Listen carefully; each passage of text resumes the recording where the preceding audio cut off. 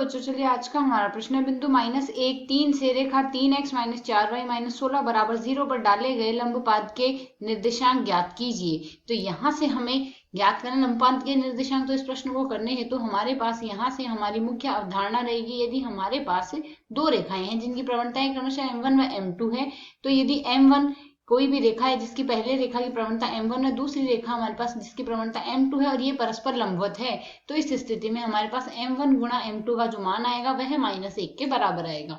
तो यदि हम यहाँ से देखें, हमें एक रेखा दी गई है, यदि हम यहाँ से देख लें जो रेखा हमें दी गई है वह कुछ इस प्रकार है। यह रेखा तो हमें दी गई है AB रेखा, इसकी समीकरण तो यहाँ से है हमारे पास 3x - 4y - 16 बराबर 0, यह रेखा दी गई और इस पर कोई रेखा है जो लंबवत है।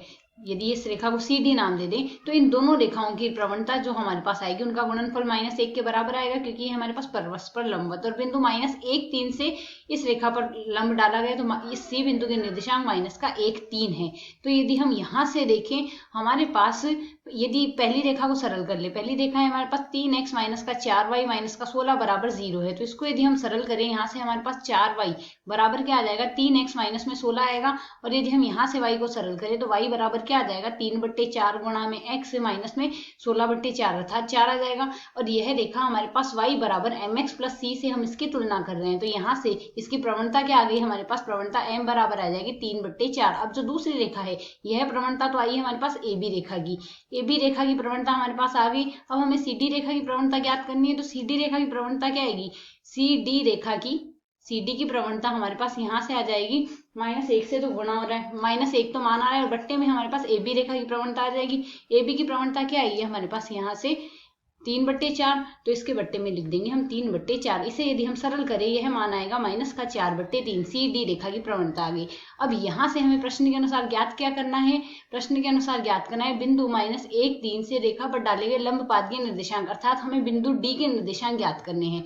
तो बिंदु D के निर्देशांक यदि ज्ञात करने हैं, CD रेखा की हमारे पास प्रवणता आ चुकी है, तो यहाँ से कोई भी दो बिंदु C के निर्देशांक हमें प्रश्न के अनुसार दिए गए हैं, यहाँ पर -1 3, तो -1 3, और यहाँ से यदि हम D बिंदु के निर्देशांक मान लें x1 y1, तो यहाँ से हम जानते हैं प्रवणता m का मान जो होता है हमारे पास, प्रवणता बराबर प्रवणता का सूत्र होता है, यदि दो बिंदु है हमारे पास x2 x1 x1 x2 x1 y1 x2 y2, तो प्रवणता बराबर हमारे पास लिखी जाती है y2 - y1 बट्टे में आता है x2 - x1, यह प्रवणता का सूत्र होता है। तो यदि हम यहाँ से देखें, इस प्रश्न के अनुसार प्रवणता है हमारे पास -4/3 बराबर आएगा हमारे पास y2 - y1, तो y2 का मान है हमारे पास यहाँ से 3 - y1 आएगा और बट्टे में आ रहा है x2 - x1 -x x1 आ रहा है हमारे पास। इसे यदि हम सरल करते हैं तो हमारे पास रेखा का समीकरण क्या बन जाएगा, इस रेखा का समीकरण हमारे पास यहाँ से बनेगा, वज्र गुणा कर लेंगे तो 4 गुणा में x + 1 आ जाएगा और बराबर में आ रहा है 3 गुणा में 3 - y1। इसे यदि हम सरल करते हैं तो रेखा की समीकरण बनेगी 4x1 + 4 बराबर में 9 - 3 y1। इसे यदि हम और सरल करेंगे